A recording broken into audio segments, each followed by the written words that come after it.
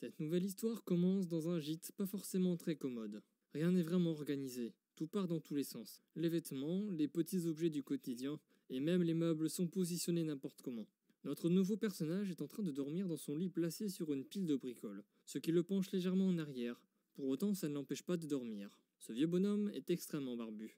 Sa pilosité peut l'apparenter à un monstre, mais ce n'est pas le cas. Celui-ci dort et est en train de rêver. Un rêve bien nostalgique de son point de vue, ce qui justifie ce sourire fièrement posé sur son visage hirsute. Voyons donc de quoi il rêve.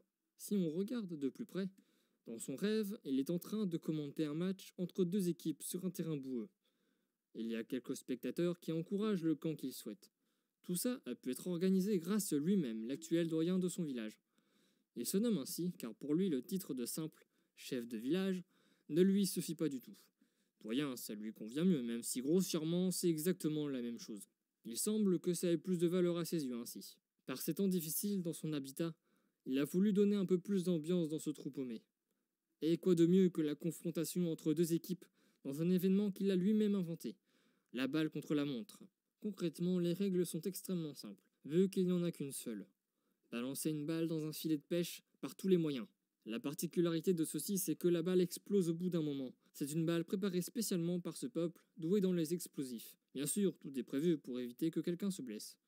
Après un certain temps, la balle est d'abord projetée dans les airs avec un dispositif de propulsion à air, et ensuite elle explose, signant l'arrêt du match.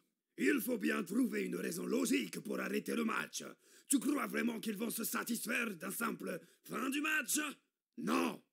A-t-il expliqué à propos de cette particularité. Et en plus, c'est spectaculaire.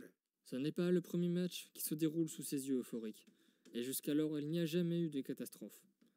Pourtant, il se souvient de ce match très particulier comme le meilleur de sa carrière. Les joueurs sont souvent très inventifs. Beaucoup de gadgets sont utilisés pour permettre la victoire.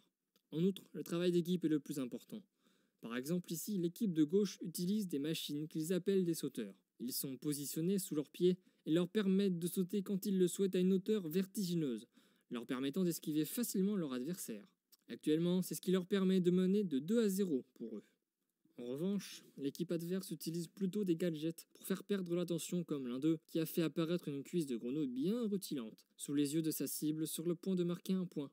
Visiblement, il avait faim car il a visé à côté et la balle s'est retrouvée dans les mains du petit filou qui a semé la zizanie dans son esprit. C'est pas juste.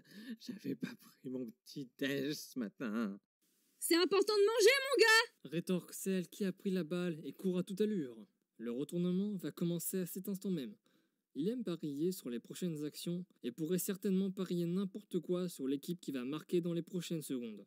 Le gros point faible des sauteurs est leur système d'arrêt, car plus ils sautent haut, plus les ressorts vont les pousser plus haut au prochain saut. Il y a néanmoins un autre système pour qu'ils puissent rester au sol avant le prochain mouvement, mais ça les oblige à rester immobiles. Ainsi, quand ils n'ont pas la balle, c'est beaucoup plus compliqué pour eux. Le match est maintenant de 3-2 en faveur des sauteurs. Merde! Mon gadget ne fonctionne plus, les gars! Débrouillez-vous sans moi! Je vais jouer la défense! Hurle un membre de l'équipe des gadgets. Et alors qu'un sauteur est sur le point de marquer un point supplémentaire après l'échec du joueur défenseur, la balle est soudainement propulsée dans les airs avec le détenteur du ballon qui se dépêche de le lâcher avant le clou du spectacle. Le moment tant attendu allait arriver pour la énième fois. Le ballon émet alors un flash lumineux, puis de nombreuses couleurs viennent colorer le ciel bleu. Vient alors le rire gras du doyen et les regards surpris des joueurs qui finissent par se retourner à l'unisson. Alors les enfants, c'est drôle, non? J'ai trafiqué la balle moi-même pour donner ce résultat. Ça change, non? Y a rien de spectaculaire. C'est juste un truc pour les mioches, ça. Se plaint l'une des joueuses. Au moins ça a explosé! Continue de rire le maire. Finalement, tous les joueurs sont partis, visiblement déçus que ça n'ait pas explosé comme d'habitude. Le rêve se termine comme ça. Le vieil homme a eu la bonne idée d'aller le raconter à sa famille au petit déjeuner, dans une ambiance chaotique. L'hygiène n'est pas du tout dans les habitudes de ce peuple poilu et charnu. À la fin de son histoire, il glisse une remarque. Il dit qu'en réalité, ce rêve ne s'est jamais réalisé dans la vraie vie. Il n'aurait jamais osé trafiquer un ballon. Cette explosion finale est presque un diamant pour les joueurs de cet événement. Le détruire de la sorte aurait été une injure pour eux, surtout venant de son créateur. En réalité, la vraie histoire est qu'il a fabriqué une petite bombe artifice qu'il a jetée en plein milieu d'une rue, en criant à une bombe. Cette remarque a alors pour effet de faire réagir de manière inattendue un de ses jeunes fils qui dit que ça n'a rien d'extraordinaire, et que lui aurait même fait une gigantesque bombe pour que ça soit vraiment une surprise. Peut-être que ça n'a pas affecté l'ancien maire, mais ça lui a valu quand même d'être privé de dessert. Pas de chance. Quand l'ancien président organise un sport avec des acrobates, il vaut mieux éviter de se taper une barre en présence d'un dentiste. Quand un ancien raconte un souvenir nostalgique, grandiose, il vaut mieux éviter d'en rire, au risque des représailles.